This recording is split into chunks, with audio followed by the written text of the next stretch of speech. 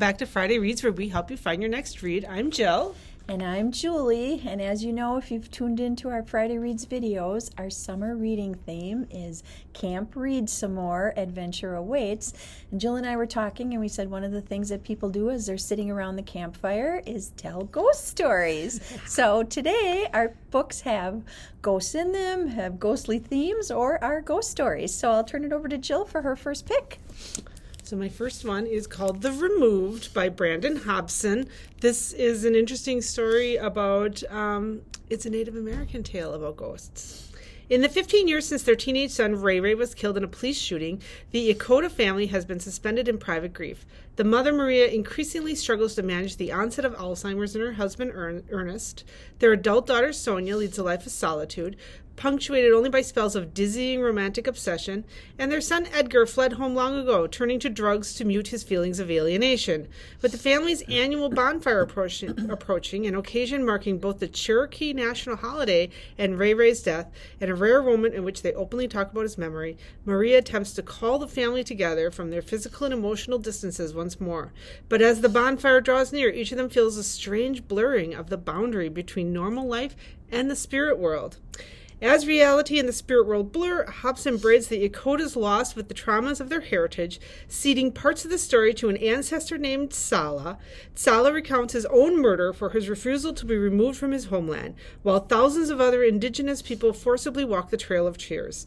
Steeped in magical realism and Cherokee lore, Hobson's mystical story of injustices old and new is a poignant act of reclamation. So, The Removed. This was published in 2021. My first pick is Lincoln in the Bardo by George Saunders, and this was published back in 2017. It's February 1862. The Civil War is less than 1 year old. The fighting has begun in earnest, and the nation has begun to realize it is in for a long, bloody struggle. Meanwhile, President Lincoln's beloved 11-year-old son Willie lies upstairs in the White House, gravely ill. In a matter of days, despite predictions of a recovery, Willie dies and is laid to rest in a Georgetown cemetery. "My poor boy, he was too good for this earth," the president says at the time. "God has called him home." Newspapers report that a grief-stricken Lincoln returned to the crypt several times alone to hold his boy's body. From that bit of historical truth, George Saunders spins an unforgettable story of familial love and loss that breaks free of its realistic historical framework and turns into a thrilling supernatural realm, both hilarious and terrifying.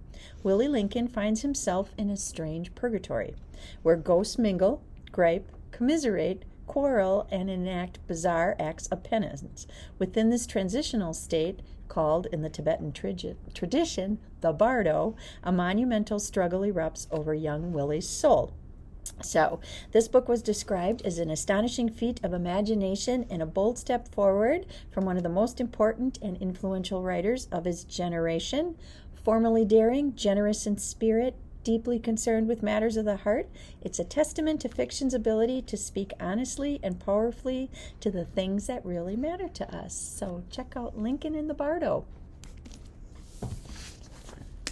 So my next one is Mexican Gothic by Silvia Moreno Garcia. I'm sure I did this one before, but it's an important book because I think this is actually like a new classic that I have a friend who's studying. I don't know I think she's studying to be a librarian, and this is one of her assigned readings, so it's totally cool. Anyways, it was published in 2020, and it won Best Horror in Goodreads Choice Awards. It's about a haunted house.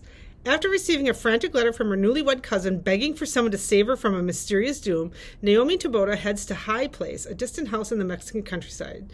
She's not sure what she will find. Her cousin's husband, a handsome Englishman, is a stranger, and Naomi knows little about the region. Naomi was also an unlikely rescuer. She's a glamorous debutante, and her chic gowns and perfect red lipsticks are more suited for cocktail parties than amateur sleuthing. But she's also tough and smart with an indomitable will, and she's not afraid. Not of her cousin's new husband, who is both menacing and alluring, not of his father, the ancient patriarch, who seems to be fascinated by Naomi, and not even the house itself, which begins to invade Naomi's dreams with visions of blood and doom. Her only ally in this inhospitable abode is the family's youngest son. Shy and gentle, he seems to want to help Naomi, but might also be hiding dark knowledge of his family's past. For there are many secrets behind the walls of High Place. The family's once colossal wealth and fated mining empire kept them from prying eyes. But as Naomi digs deeper, she unearths stories of violence and madness. And Naomi, mesmerized by the terrifying yet seductive world of High Place, may soon find it impossible to ever leave this house behind. So, Mexican. Still on my list to read. Never have gotten there yet. My next pick is actually called Ghost Stories, Classic Tales of Horror and Suspense. This is edited by Lisa Morton and Leslie Klinger. These are stories that were first published back in the 1920s. The ghost story has long been a staple of world literature, but many of the genre's greatest tales have been forgotten, overshadowed in many cases by their authors' better-selling work in other genres.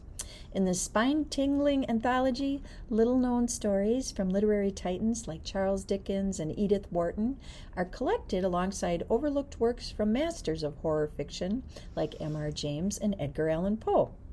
The acclaimed anthologists Leslie Klinger and Lisa Morton set these stories in historical context and trace the literary significance of ghosts in fiction over almost 200 years. From a traditional English ballad first printed in 1724 through the Christmas-themed ghost stories of the Victorian era and up to the science fiction-tinged tales of the earliest 20th century.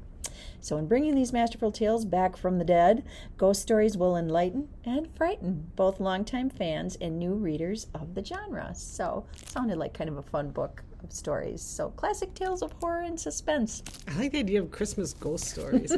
Maybe because of Dickens. Yeah, I was going to say. My next one is a graphic novel. So this is kind of a newer type of thing. We have more and more graphic novels coming in here. This is called Infidel. It's by Pornsak Pishashot. This is the name right up here. A haunted house story for the 21st century. Infidel follows an American Muslim woman and her multiracial neighbors who move into a building haunted by entities that feed off xenophobia.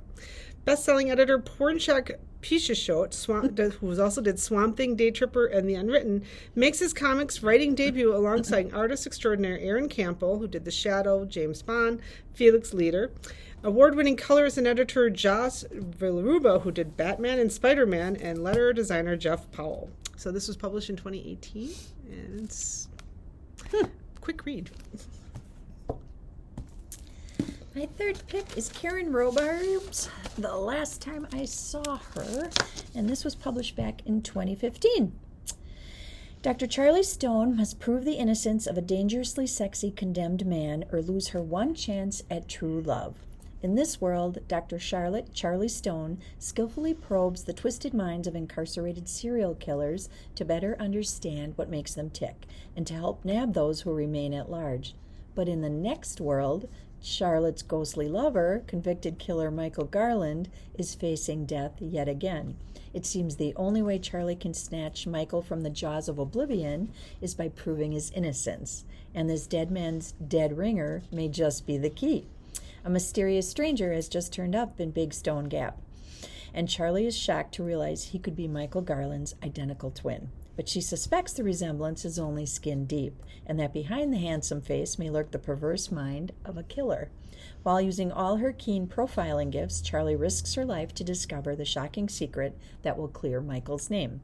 Then a breakout at Wallens Ridge State Prison forces Charlie to contend with a sudden swarm of psychopaths. Oh, no. No one has a better chance of tracking down the deadly fugitives than Charlie, unless the rampaging killers manage to find her first and makes this case her last.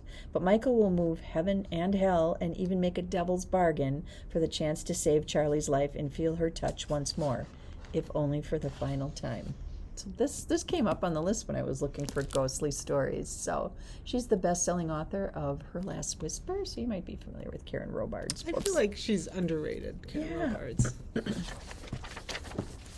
My next one I thought was perfect for summer calls. It's called Ghost Summer Stories. This is by Tanner Aruf.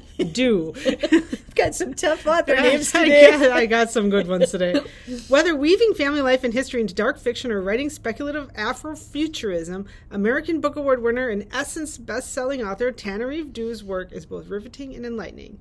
In her debut collection of short fiction, Dew takes us to Gracetown, a small Florida town that has both literal and figurative ghosts, into future scenarios that seem all too real, and provides empathetic portraits of those lives who are touched by otherness. Featuring an award-winning novella and 15 stories, one of which has never been published before, Ghost Summer Stories is sure to both haunt and delight. So this was published in 2015, and yeah, stories around the campfire There to you tell. go.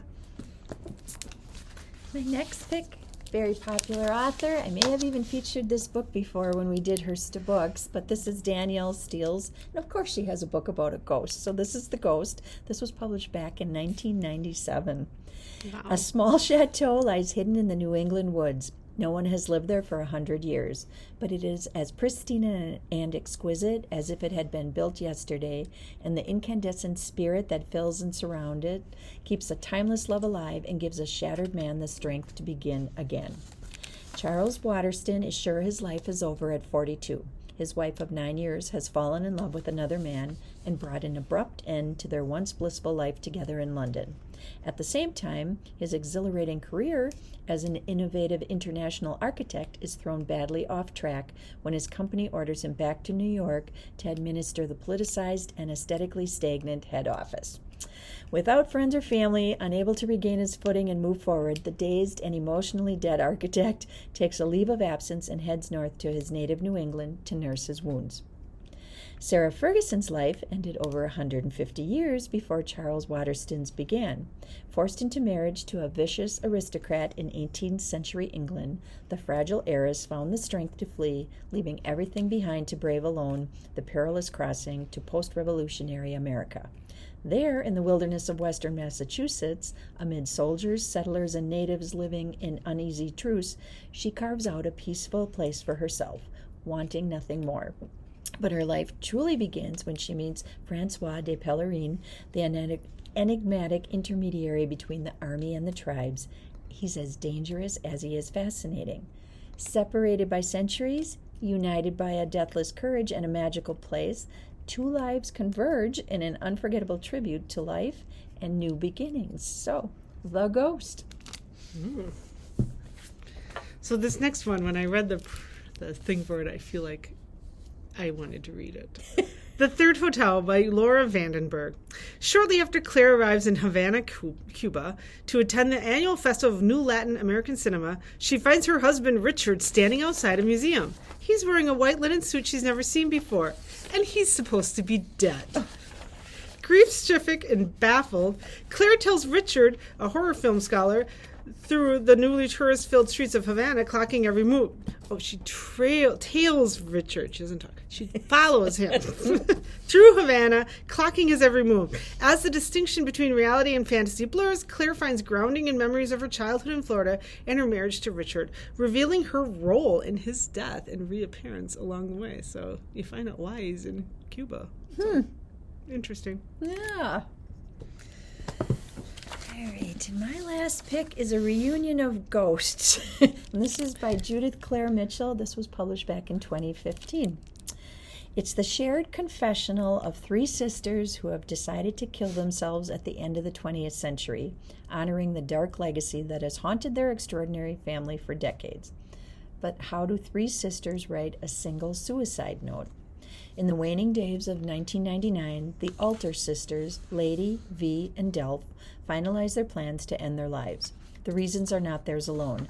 They are the last in a long line of Alters who have killed themselves, beginning with their great-grandmother, the wife of a Jewish Nobel Prize-winning chemist who developed the first poison gas used in World War I and the lethal agent used in the Third Reich gas chambers. The chemist himself, their son Richard, and Richard's children all followed suit. The childless sisters also defined themselves by their own bad luck. Lady, the oldest, never really resumed living after her divorce. V is facing cancer's return, and Delph, the youngest, is resigned to a spinster's life of stifled dreams. But despite their pain, they love each other fiercely and share a darkly brilliant sense of humor. As they gather in the ancestral Upper West Side apartment to close the circle of the altar curse, the epic story about 4 generations of one family, inspired in part by the troubled life of German-Jewish Fritz Haber, Nobel Prize winner and inventor of chlorine gas, begins to unfold. It's a tale of fate and blood, sin and absolution, partly a memoir of sisters unified by a singular burden, partly an unflinching eulogy of those who have gone before, and above all, a profound commentary on the events of the 20th century. So, on the back of the book, it says the girls write a 350-page suicide note. Wow. So, I don't know. This sounds like a book. Could be the book. A Reunion of Ghosts by Judith Clare Mitchell. Well, we hope that if you want to look for a ghost story, that we give you some good ideas and something you can read and maybe say again over the campfire. You can find our videos on our Facebook page and our YouTube channel. Jill puts a link on our Kimberly Public Library website. And we hope you've been watching and enjoying our videos this summer. And until next time, bye-bye. Bye.